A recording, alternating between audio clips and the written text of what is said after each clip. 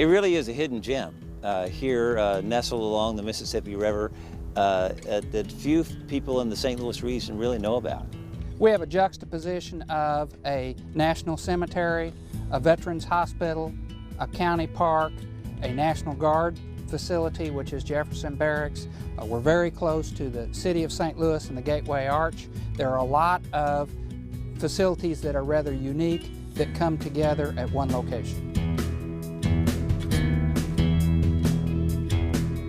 Can you imagine in 1826, this is 1,702 acres of land.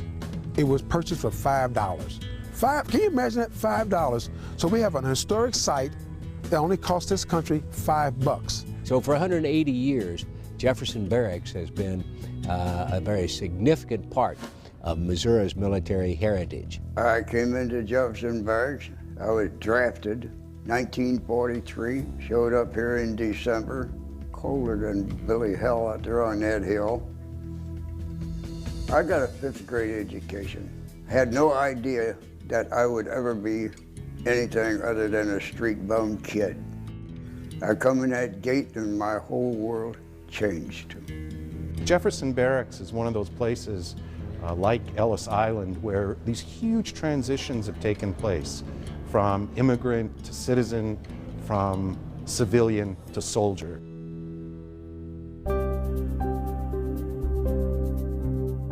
When we think about the history of St. Louis, the very first thing that comes to most people's mind is downtown St. Louis, the old courthouse, the riverfront, those kinds of things.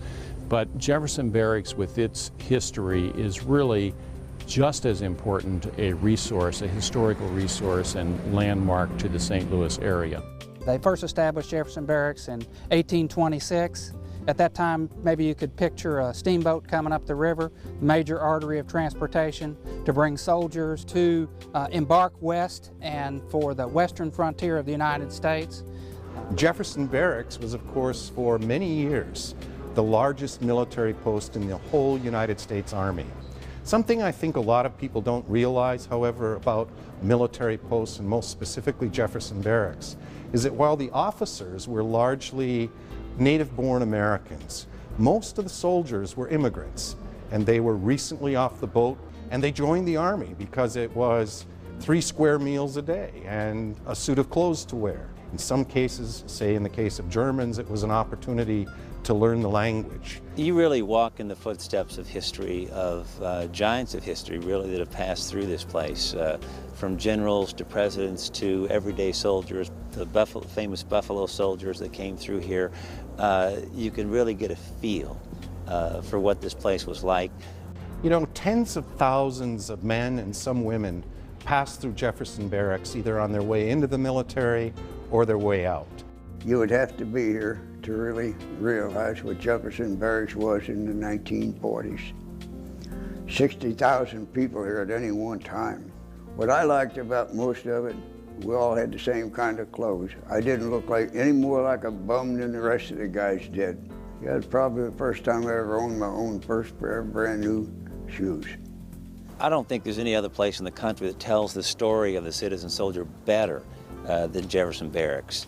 The story of how citizens have stepped up all across our country's history to defend our country and then return home to their families. So a hallmark of the American military throughout most of its existence until recent decades has really been that it's a volunteer army comprised of citizens on a really ancient model of people being called from the farms and the fields, in this case factories and other places, into the military, but coming in primarily with a set of concerns as citizens, not as soldiers, and then spending their time in the military and returning to civilian life.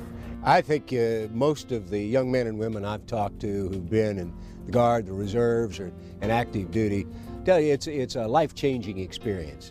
Number one, we put a tremendous amount of responsibility on very young people. Secondly, it gives them a life experience that you can't match anyplace else. Being in the military for 3 years, serving in Vietnam, it gave me a great appreciation of what freedom really means. what it means when people say you have a right to do something, you have a right to disagree with the government, you have a right to do this. Well, people fought for that right. We have both Army and Air located here together. We have the United States Army Reserve here as well. It makes it a truly joint facility. What happens here at Jefferson Barracks today is actually much more important than most people would recognize. It's an air operations center that can be used worldwide with modern communications, satellite links, and all of those things that are a key asset to fighting wars in the world today. It's also the resting place for some 150,000 brave American men and women who have made their great contributions on behalf of this country.